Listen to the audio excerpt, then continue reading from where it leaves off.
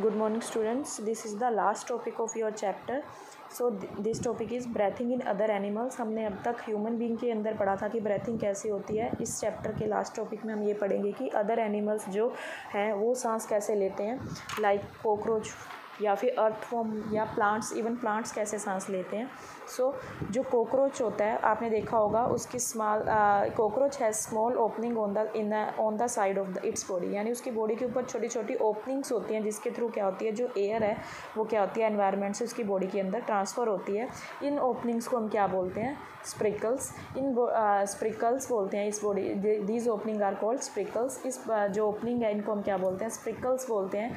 ये क्या करते हैं इंसेक्ट की बॉडी के ऊपर होते हैं और ये एक एज अ नेटवर्क का काम करते हैं, जो क्या करते हैं बॉडी के अंदर एयर को प्रोवाइड करवाते हैं. ये इन स्प्रिकल्स के साथ क्या होती है, ट्रैचियाज अटैच होती है पाइपलाइन के थ्रू. जैसे आप इसमें देख सकते हो जैसे हम कहते हैं कि अंडरग्राउंड पाइपलाइन होती है, इसी तरह से इसके अंदर एक क्या होती है, एक मसल्स की एक पूरी लेयर बनी होती है जो क्या होती है डिफरेंट स्प्रिकल्स के साथ अटैच होती है. जैसे ही सांस हमारे अंदर आती है यानी इसके अंदर आती है तो ये ट्रैचिया के थ्रू क्या होती है सारी बॉडी के अंदर क्या हो जाती है, ट्रांसफ़र हो जाती है और सारी बॉडी को ऑक्सीजन प्रोवाइड करवाती है. और इसी के थ्रू क्या होती है, जो कार्बन डाइऑक्साइड है बॉडी के अंदर वो क्या होती है दोबारा से स्प्रिकल्स को जाती है और स्प्रिकल्स क्या करते हैं उसको बाहर निकाल देते हैं. So this is the method the cockroach breath.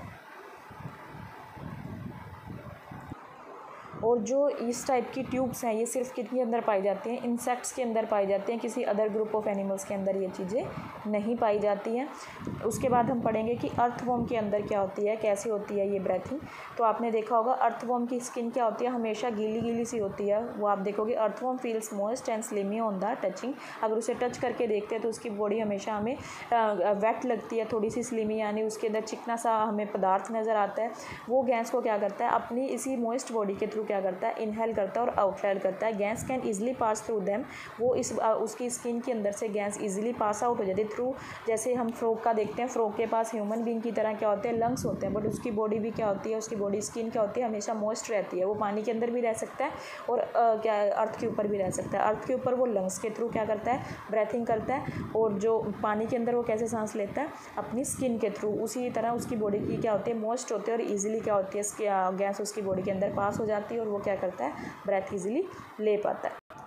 Next is how under water breathing under water. यानी क्या कह रहे हैं कि वो पानी के अंदर जो एनिमल्स रहते हैं वो सांस कैसे लेते हैं. ये आप पढ़ चुके हो 6th क्लास में कि फ़िश के पास क्या होती है, गिल्स होती है. वो गिल्स क्या करते हैं, जो वाटर के अंदर ऑक्सीजन है उसको क्या करते हैं, एब्जॉर्ब करते हैं और क्या करते हैं पूरी बॉडी के अंदर क्या करते हैं उसकी फ़िश को प्रोवाइड करवाते हैं. और जो एक्सहेलेशन के टाइम पे जो वो वाटर बाहर फेंकते हैं उस टाइम पे जो कार्बन डाइऑक्साइड है उसकी बॉडी के अंदर गया उसको क्या कर देते हैं, वो आउटलेट कर देते हैं.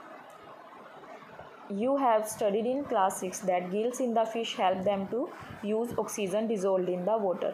Gills are projections of the skin. You may wonder how gills help in the breathing. Gills are well supplied with the blood vessel for the exchange of gases. वो क्या कह रहे हैं कि गिल्स ऐसे कैसे कर सकती है एक्सचेंज ऑफ गैसेस. वो क्यों होता है, क्योंकि उसकी गिल्स के अंदर क्या होता है, ब्लड का सर्कुलेशन होता है. ये ब्लड का सर्कुलेशन क्या करता है, जैसे हमारी बॉडी के अंदर क्या करता है सारी ऑक्सीजन को वो सारी बॉडी में अंदर प्रोवाइड करवाता है और वहीं से ही वही ब्लड क्या करता है कार्बन डाइऑक्साइड को कलेक्ट करके दोबारा से आउटलेट करने में हेल्प करता है. इसी तरह उसके गिल्स के अंदर क्या होते हैं, ब्लड वेसल्स होते हैं, वो क्या करते हैं उसको हेल्प करते हैं ताकि वो क्या कर पाए, ब्रेथिंग अच्छे से कर पाए.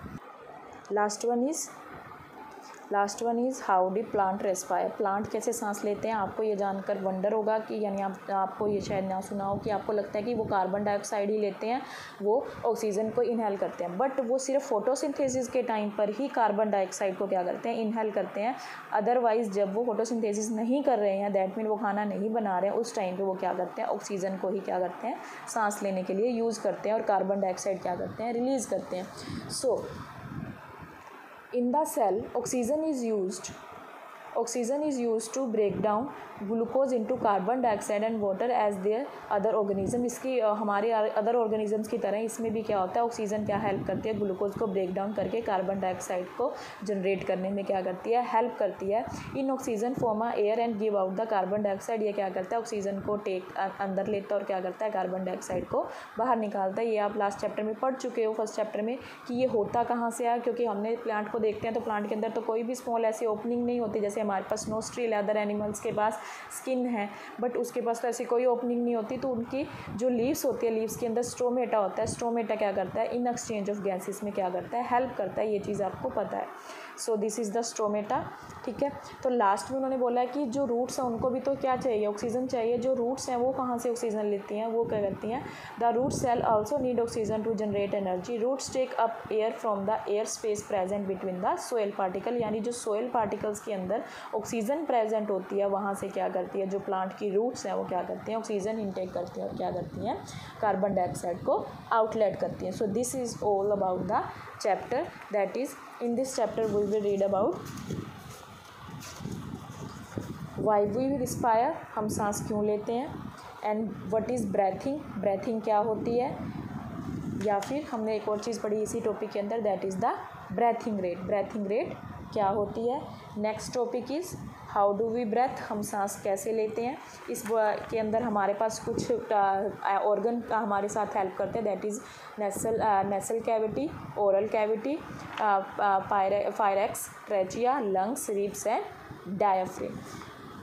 इसके बाद हमने पढ़ा कि breathing in other animals, other animals के अंदर ब्रेथिंग कैसे होती है। उसके अंदर हमने कॉकरोच का पढ़ा, अर्थवॉर्म का पढ़ा, एंड इसके बाद हमने पढ़ा कि breathing from under water, under water जो एनिमल्स होते हैं वो सांस कैसे लेते हैं। Last one is how do plant respire, यानी प्लांट रेस्पायर कैसे करते हैं। So this is all about your last chapter.